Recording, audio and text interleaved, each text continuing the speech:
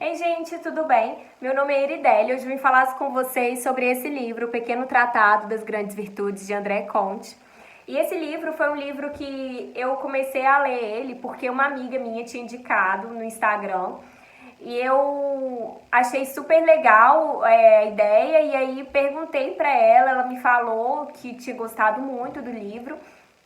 E aí, desde então, eu e essa amiga minha, a gente sempre troca indicações de livro, porque a gente descobriu por meio desse livro que o nosso gosto de leitura era muito parecido. E é um livro que, para quem gosta de filosofia, ele traz muito pensamento de filósofos, sociólogos, para conseguir argumentar sobre as virtudes, explicar. Então, é um livro que, ao mesmo tempo, traz muito conhecimento também. E em cada capítulo, o autor ele vai falar sobre cada virtude. Ele consegue definir algumas, mas não todas as virtudes, porque ele até explica no preâmbulo que ele fala apenas de 18, porque essas 18 acaba se interligando com muitas outras que ele também vai trazer no livro. Uma das virtudes que ele trata é sobre a generosidade. Ele diferencia a generosidade da caridade e faz uma conexão da generosidade com a liberdade. Ele explica, por exemplo, o porquê que um pai, quando ele faz alguma coisa pelo filho, aquilo não é uma generosidade, porque existe um sentimento que move o pai a querer fazer algo pelo filho. E aí ele começa a partir daí falando da liberdade, que é justamente quando você faz alguma coisa pelo outro, mas sem ter nenhum sentimento ali e ao mesmo tempo não ter piedade, porque ele fala que também a generosidade não é você fazer alguma coisa pelo outro porque você tem pena, você tem dó, não é isso. É essa liberdade de querer fazer alguma coisa pelo outro sem querer nada em troca, sem ter nenhum sentimento ali envolvendo vocês dois.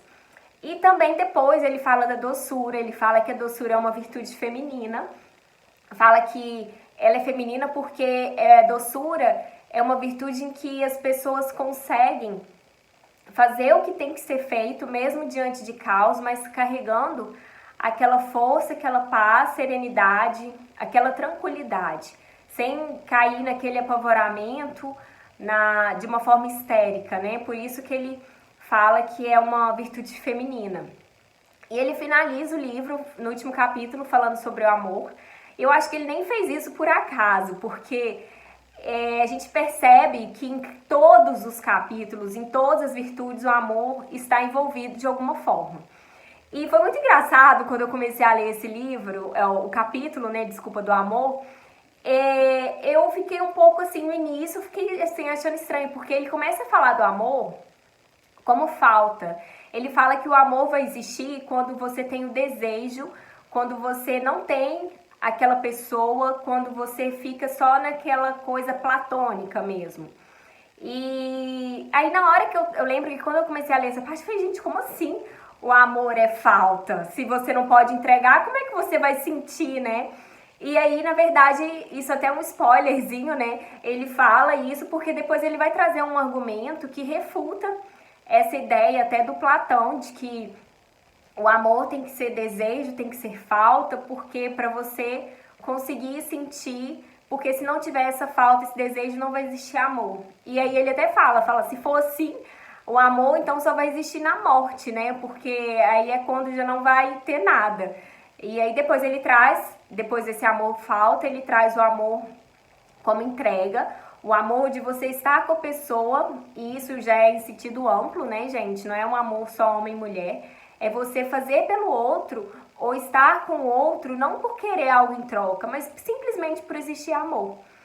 E aí depois ele termina falando do amor divindade, que é aquele amor do Deus. Ele até cita São Tomás de Aquino e fala do amor divindade, até como você poder amar o inimigo, esse amor gratuito dessa liberdade.